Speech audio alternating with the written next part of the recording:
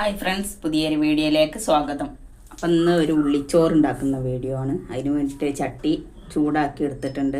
എന്നിട്ട് അതിലേക്ക് വെളിച്ചെണ്ണ ഒഴിച്ച് കൊടുത്ത് എന്നിട്ട് സവാള ചെറുതായിട്ട് കൊത്തി അരിഞ്ഞ് ഇട്ട് കൊടുത്തിട്ട് അത് നന്നായിട്ടൊന്ന് വാട്ടിയെടുക്കണം. അപ്പോൾ ഈ വീഡിയോ ഇഷ്ടപ്പെട്ട് കഴിഞ്ഞാൽ ഒന്ന് ലൈക്ക് ചെയ്യുക, ഷെയർ ചെയ്യുക, സബ്സ്ക്രൈബ് ചെയ്യുക, കമൻറ്റ് ചെയ്യുക.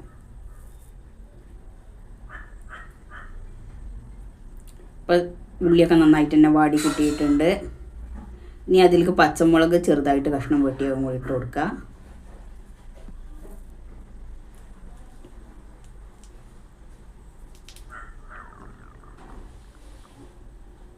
എന്നിട്ട് ആ പച്ചമുളകും നന്നായിട്ടൊന്ന് വാട്ടിയെടുക്കുക. എന്നിട്ട് അതിലേക്ക് കറിവേപ്പില ചെറുതായിട്ട് കഷ്ണം വെട്ടിയിട്ട് കൊടുക്കുക.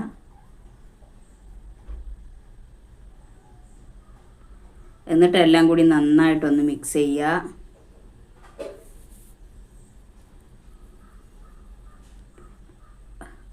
അതിനുശേഷം അതിലേക്ക് ആവശ്യത്തിന് ഉപ്പിട്ട് കൊടുക്കുക.